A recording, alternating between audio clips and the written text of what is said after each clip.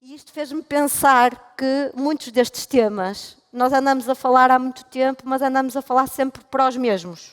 E, portanto, se hoje tirássemos, se calhar, uma fotografia, acho que a fotografia que tu usaste foi a de McNamara, eu só vim aqui à internet, por isso minto, saí do bloco de notas e fui ver duas coisas, já vos digo o que foi. A fotografia é de 2011 e eu acho que se ela hoje fosse tirada, se calhar o cenário era o mesmo, tinhas o mesmo tipo de perfil. Estamos muito expectantes, mas realmente determinados.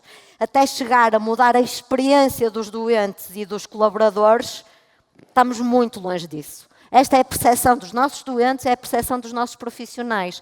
E às vezes até me sinto uma fraude, quero vir falar daquilo que eu acredito e que estou expectante, mas no dia a dia, nas nossas instituições, não é isto que é pressentido, nem sentido, nem por quem está na gestão, nem pelos nossos profissionais e os doentes. Se tivesse aqui a minha querida amiga Ana Sampaio, se está, desculpa, vou-te citar, ela usou uma frase espetacular que é: pois toda a gente diz que os doentes estão no centro, mas só se formos uma rotunda, que toda a gente passa por nós e ninguém nos dá atenção. Porque é verdade, nós sabemos o que os doentes querem, mas só não fazemos, demoramos muito a fazer.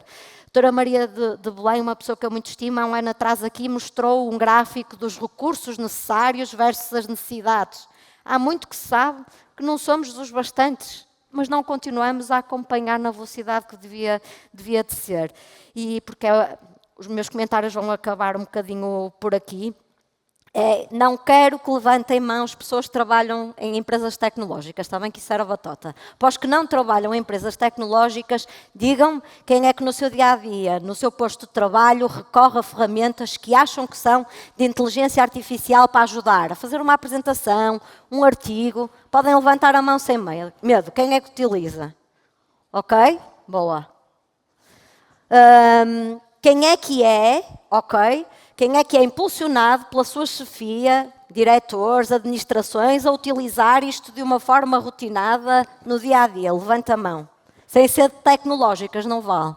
Pronto, quem é que aqui teve formação paga, impulsionada pela sua instituição de saúde para ter formação, por exemplo, em inteligência artificial? Que levanta a mão. Ninguém? Ok. Nós não estamos a fazer alguma coisa que não estamos a fazer bem.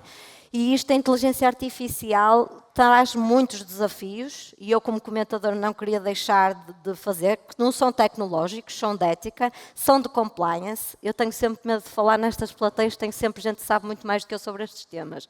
Vou tentar não ficar mal, deixar ficar mal a minha diretora de compliance, mas nós as duas tivemos uma reunião muito interessante semana passada, e partilhar convosco um caso que foi partilhado também connosco. Um bot, inteligência artificial, um assistente virtual de uma companhia aérea, em que um passageiro coloca uma questão. Podes-me corrigir depois se eu estiver enganada, ou contar mal a história. Em que o passageiro questiona no bot: eu vou do Canadá, portanto, era do Canadá, e a um funeral, e pergunta ao bot: o motivo da minha viagem é o funeral de um familiar, tenho direito a um desconto? E o bot diz: sim, tens um direito a desconto por esse motivo. E o passageiro compra o bilhete e vai reclamar o desconto e a empresa diz que não, que ele não tem direito. Onde é que ele viu aquilo?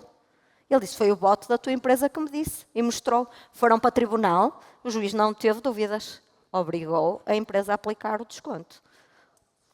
E, portanto, quando chegamos aqui à saúde, pensem bem nos desafios que nós estamos a falar quando estamos a vender tecnologia e apoio de tomada da decisão. Quando eu contrariar a máquina e a decisão de uma máquina, e que o doente também tiver consciência disso, quando a coisa não correr bem, de quem é que vai ser a responsabilidade.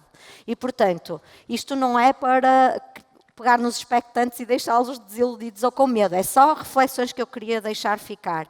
E, por último, e com isto me calo, o Félix falou de uma coisa muito importante. Não é falta de investimento, de dinheiro. O PRR é uma prova disso mesmo. As empresas trazem montes de ideias para nós gastarmos o dinheiro, é verdade. Mas para isto é preciso pessoas e mudança da cultura. E desculpem-me aqueles que já me ouviram dar este exemplo várias vezes, mas aqueles que não ouviram vão levar hoje este exemplo, que é o exemplo das receitas sem papel. E porque foi a segunda coisa que fui consultar aqui, sem ser o bloco de notas. Nós, na pandemia, antes da pandemia, a média nacional de receitas sem papel, portanto, em 2020, em fevereiro, era de 9,78%. O que significava dizer que 90% dos portugueses ainda precisaria do papel para ir à farmácia e recolher a sua medicamentação. Em abril de 2020, em pleno pico da pandemia e confinamento, teledescanso, o que queiram chamar, nós chegamos coletivamente aos 60% de receitas sem papel. Eu estive a ver hoje aqui dados da SPMS, são dados reais de ontem. Estamos em 28%. Passaram 4 anos. Os doentes são os mesmos, os profissionais são os mesmos, quando muito, são mais digitais. Isto são dados reais que nós vemos, eu vejo isto no meu hospital. E partilhar convosco porque é que há um hospital que eu ainda agora consultei, que antes da pandemia, portanto em fevereiro, estava nos 75%, na pandemia chegou aos 90% e agora consultei, essa OLS está nos 83%. E é uma linha que se distingue de todas as outras, é o OLS da Póvoa de Varzim, Vila de Conde. Porque a mudança foi feita da mudança cultural.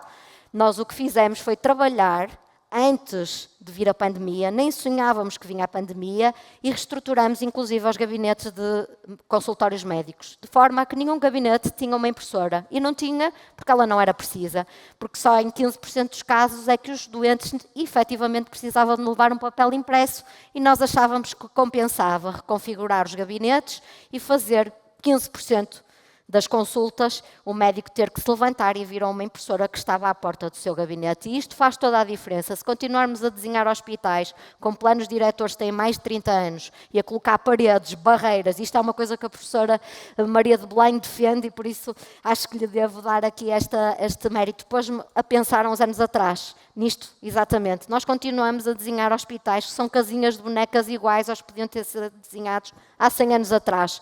Não estamos a pensar digital e com isto me calo. Obrigada.